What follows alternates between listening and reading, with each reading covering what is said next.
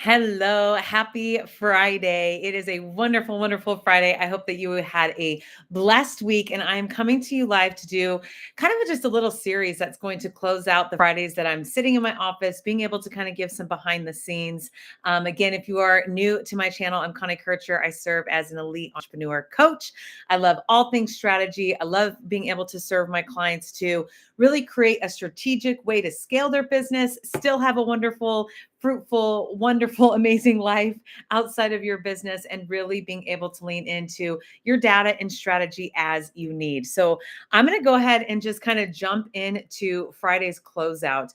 I titled this specifically, I wrote it down, 5 power moves to close out your week like a pro.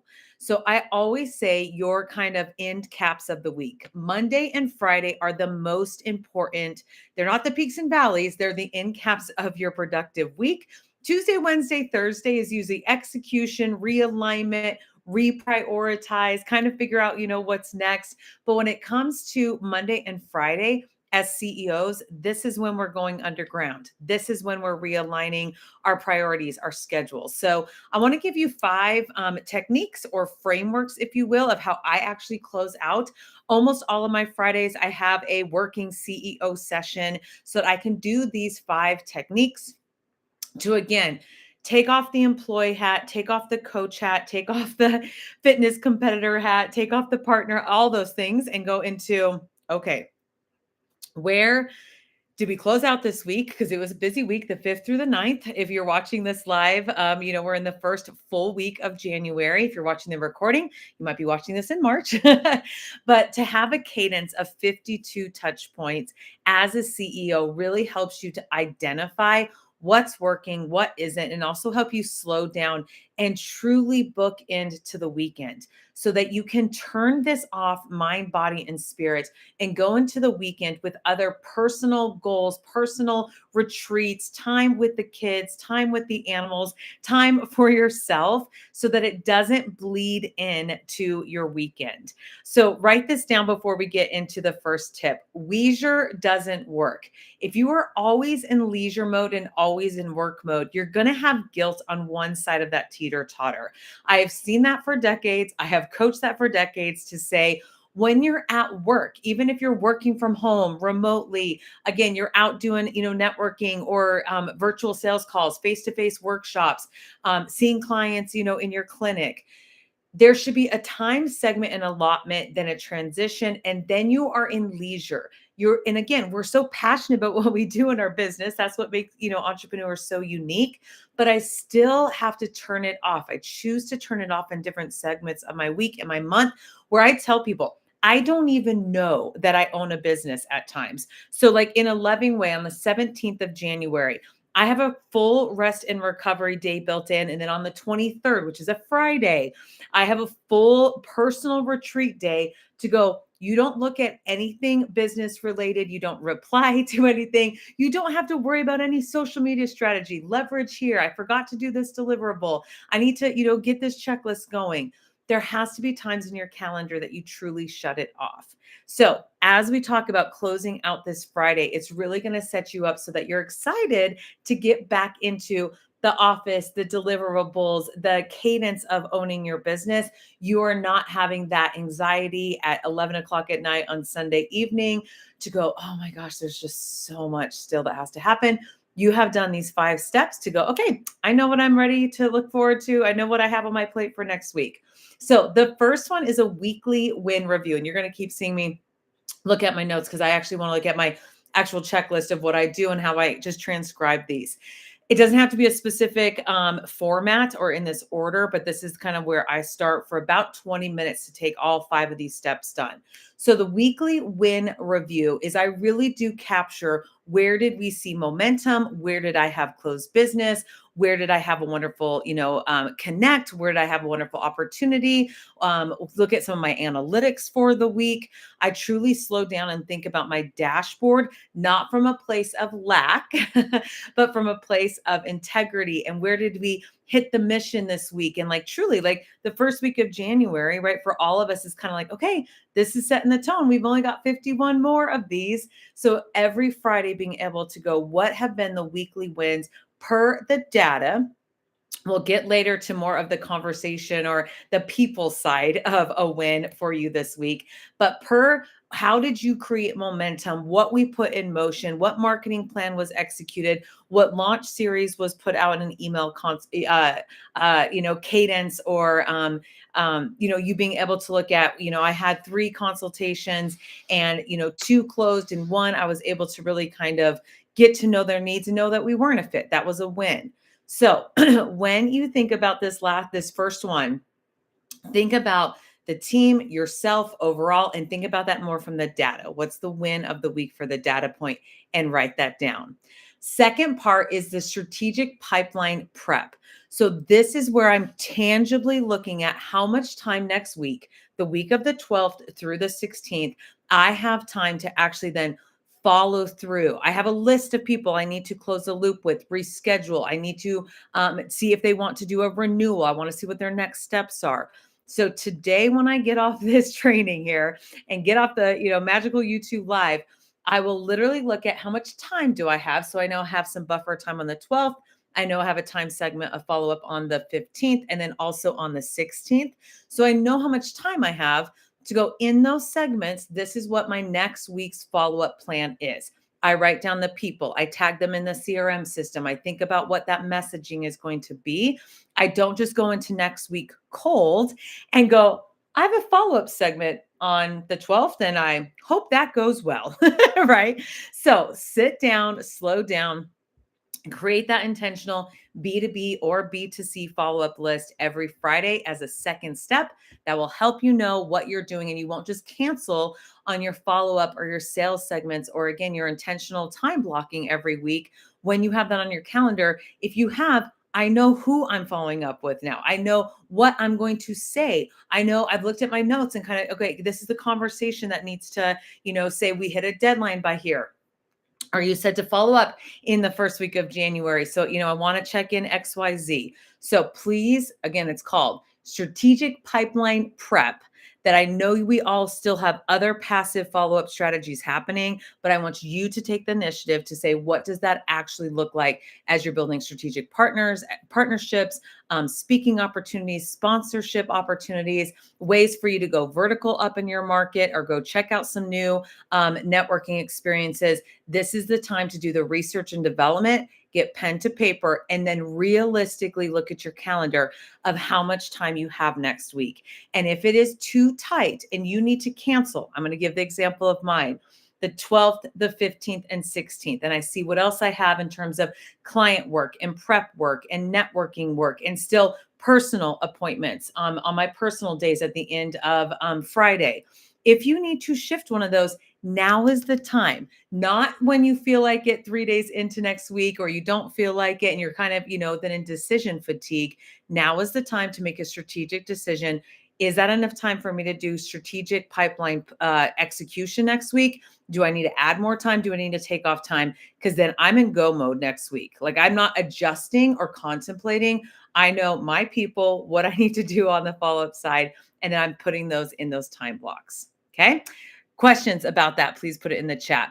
Number 3 is an energy audit framework. So I will sit down and I encourage all my clients to go, what fueled me this week and what drained me, as it pertains not to the external parts of life, right? Not to your workouts or family dynamics or the car getting a flat tire, all those things. Genuinely, the company, the living, breathing entity that you are creating. What fueled you and what do you want to keep repeating, and what physically, mentally, emotionally, spiritually drained you? Because we don't know how to leverage your gifts, your talents. What should we position differently? What should we monetize differently if you're just kind of running in the gray all the time, right? I always say that my, strengths have some basements and then they have some balconies. We need to start recognizing when you're doing a task, or again, you're doing a part of your business, sales, marketing, the deliverables, the creation part, the follow-up part, the bookkeeping part, whatever the nuggets are, start to get hyper aware every single week. Okay. So that you get more mindful of this next step. So number 4 is I delegate and I download. So I go anything that kind of fell through the cracks, which happens every week to all of us. I really want to normalize that I think, everyone expects, that just like it's a seamless time blocked week. And I'm like, I have best of intentions and I coach this and I have, buffer time in my calendar and still things take longer. Still, I underestimated, how long that would be to troubleshoot that technical part with the customer service person, right? Or that appointment went long or something got rescheduled. So this step number 4 is the delegation and download. Is I download any pending what needs to happen. So next week I kick off my week to go. The ball is now out of my court, and I have sent that email, that follow up. I've cleaned up any communication, and I have my list of what has fallen through. I look at on the 17th, or I'm sorry, on the 7th. I had a 2-hour networking experience. I have yet to follow up and schedule my connects with individuals and again, resend the link. So I'm like, cool. I'm sitting here on Friday afternoon. I'm not going to fret about it. That is my one deliverable that didn't happen in my marketing time on the 7th. That will be something I execute on Monday. So that's the download I mean, is you literally fine tooth comb what projects, what initiatives, what communications, what business development opportunities came about this week, and what do we need to download and take action on next week. So weeks and weeks and weeks don't just blur together. Okay. Then what I mean delegate is when you have, again, a task that is your basement, something that has drained your energy, and you do have your virtual assistant, you do have the team, you do have, again, even time for you to do administrative tasks. You're making sure you're like, this part needed to get done. This drained my energy too long. How do I gamify that? Because I cannot keep letting that take and absorb so much of my time every week. So this is a great way for you to start deciding what part of my business do I need to start delegating, whether that be social media, virtual assistant, calendaring tasks, but for you to be able to start getting a task list together in an intentional way, on a way that makes sense, that you hired the right fit, the right person, the right skill set, and the right cadence is so important for you to hold really, really tight and convert that into maybe in 3 months, you are adding a second virtual assistant or someone that is, helping you create your social media plan differently, or a DIY membership that you need to start looking into. But for you to genuinely start slowing down so you know what you need to delegate starts now, starts at the end of the week, and you start seeing what keeps rising to the top and what keeps draining you and what keeps getting, kind of taken off to the side. You need that data to make the decision on where you want to delegate. And then last but not least, I love this one, is the momentum map. So I wrote this as I visualize the momentum map for me. That's what I called it. I was like, I don't know if I've ever named it that, but for today, and we're going to call it that, is I genuinely look at next week and I visualize from the time I go into, again, activation starting at noon, right? Like I start my work day on Mondays at noon. What does that afternoon look like in my time segments? When do I want to close it out on the 12th? Then I start client sessions on the 13th, and I've got a 9, a 10, a noon, a 2, a 3, a 4, a 5. So I'm like, okay, visualize and be like, okay, that day is a very dense client day. Most of my Tuesdays and Wednesdays are. Then I visualize and I'm like, okay, I know I've got a transition time on the 14th. I have a networking opportunity. I have a networking call midday. Like I visualize and kind of just feel the flow before I ever even go into next week. I feel then, I've got a face-to-face client. I've got some time to do some marketing. Then I go back into a segment of a follow-up session, a consultation, a mastermind, and then again to a coaching client. So I'm like, okay, that day's a little funky of how, my marketing segment and an activation of moving some clients onto a Thursday happened. But I'm visualizing, I'm mapping out what momentum looks like. So then when I'm sitting here, next Friday on the 16th, I have 10 to 1 CEO planning. And then I do have itinerary and logistics for retreats to make sure I get all of those underground checklists done. So just even hearing me say that in 2 minutes, the level of anxiety or unknown goes out the window. Like I truly feel that I can close out, do my 5, power moves, if you will. Like I love calling them those, for me to close out my week. And I'm like, I'm good. I know that I start at noon on Monday. I have my list here. I'm going to close the computer. I'm going to close up the calendar. I'm going to take my water bottle. I'm going to close out the office, and I'm able to have a true, like, call it, right? Like truly close out your day of business. So I hope that this, very intentional, very 5 strategic steps for you to close out your week every week. I hope these 5 ways that I've titled these resonate with you. Tell me in the comment section below which one is most meaningful to you, because maybe you don't start with all 5, maybe you already do 2 of these. But I want you honestly to reflect and go, out of these 5 as a CEO, I need to do better at checking my dashboard. So maybe it is that weekly win review. And instead of it being just months that go by, you're slowing down and stepping into the CEO role on a weekly, consistent basis. Okay. So give me feedback in those 5. Again, those are listed in the description below. 2 next steps, if it serves you well. I still have 3 spots available for my Women's Elite Entrepreneur Retreat that happens every September in Puerto Morelos, Mexico.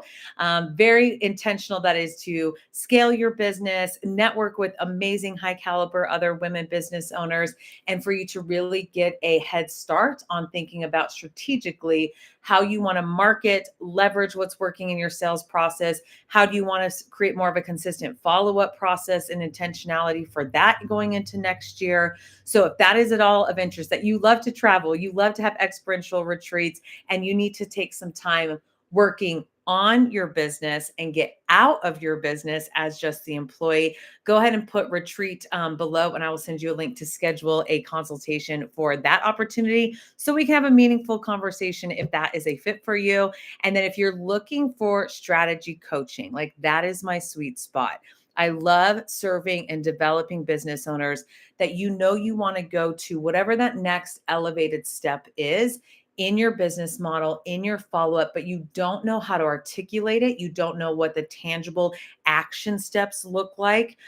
You know that you have made some progress in some areas as a CEO, but maybe you're lacking in some leadership development, some confidence training for you to make decisive, intentional calendar decisions. Because I always say your calendar, it's you and it's your calendar in your business, right? I'm just like, a calendar kind of drives the whole company. So we need to make sure that we have a rein on that, and that this, paper calendar, virtual calendar isn't going rogue in your business. So if that is a place that you need some skill sets developed, because it doesn't necessarily come naturally, it's a skill set that we need to develop. Feel free to put that you're interested in coaching, and I'm happy to send you a complimentary 30-minute session for us to get some insights, and also if working together this year would be of service. So I look forward to next week's video. I hope that you have a wonderful weekend, taking it off mentally, spiritually, emotionally, and resetting for other priorities in your life, and then kicking off a really fruitful Monday. Thank you all so much for watching, and I will see you all next week. Bye.